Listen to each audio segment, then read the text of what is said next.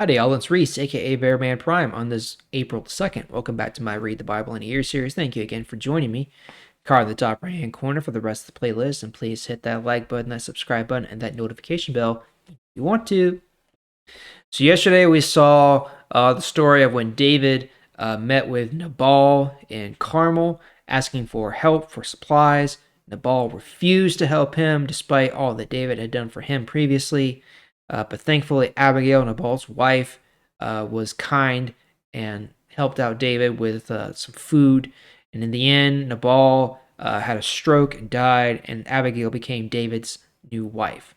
So now we're going to jump over to chapter 28 in 1 Samuel. This is going to wrap up our coverage of the book of 1 Samuel today. So we're going to go to chapter 28, starting in verse 1 today.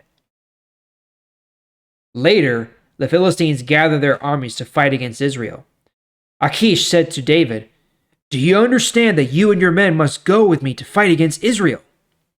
David answered, "Certainly, then you can see for yourself what I can do." Achish said, "Fine, I will make you my permanent bodyguard." Verse 3.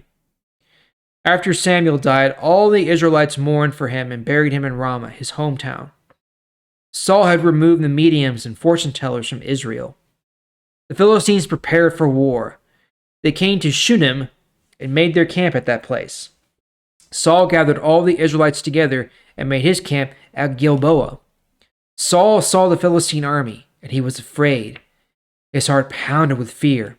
He prayed to the Lord, but the Lord did not answer him. God did not talk to Saul in dreams.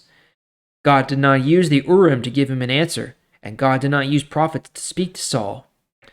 Finally, Saul said to his officers, "Find me a woman who is a medium. Then I can go ask her what will happen." His officers answered, "There is a medium at Endor."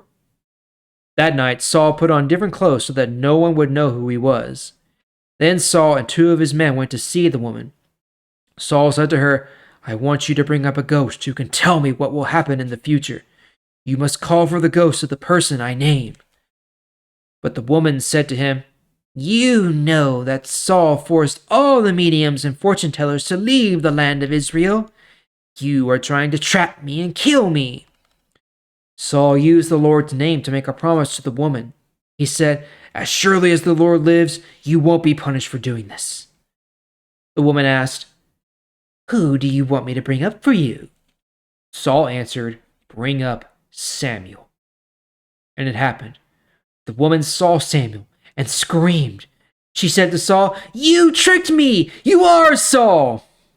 The king said to the woman, "Don't be afraid. What do you see?" The woman said, "I see a spirit coming up out of the ground." Saul asked, "What does he look like?"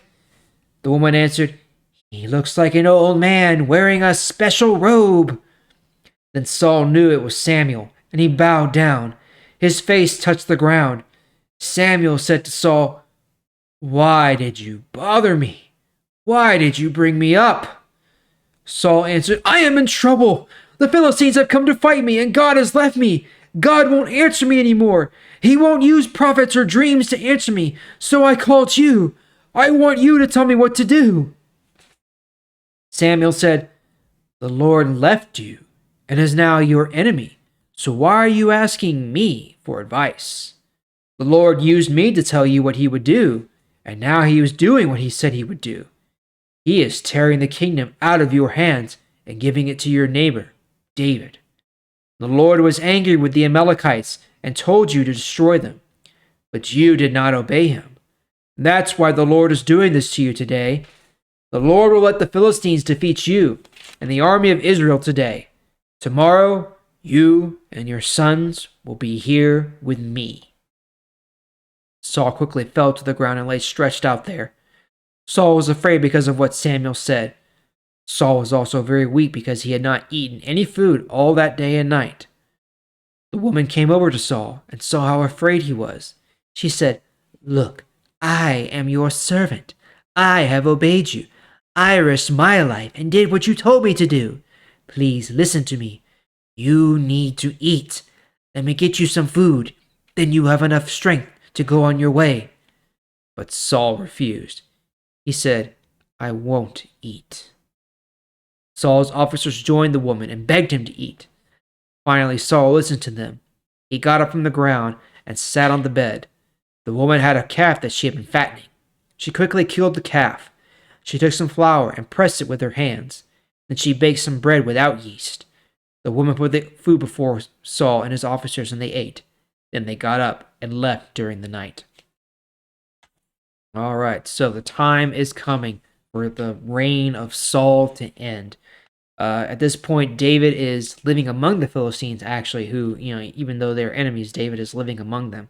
So this man, Achish, is telling David, hey, we're preparing for war. Are you ready to fight your own people? And David's like, I do what I got to do. And then we jump over to Saul, and Saul is desperate for answers. He is so afraid. God has abandoned him like he said he would. He has turned away from him because of his sins, because he did not destroy the Amalekites as God told him to.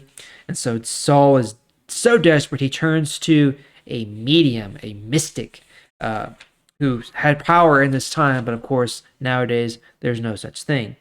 But they had power in this time to raise the spirits of the dead and communicate with them. And so Saul goes to the one man he feels that he can actually get answers from. That is Samuel, the prophet of the Lord, who, as we saw, just recently died. And of course, Samuel just says the same thing. Look, I told you what God told me to say to you. I told you what God was going to do. This is what's going to happen. You are being punished for what you have done.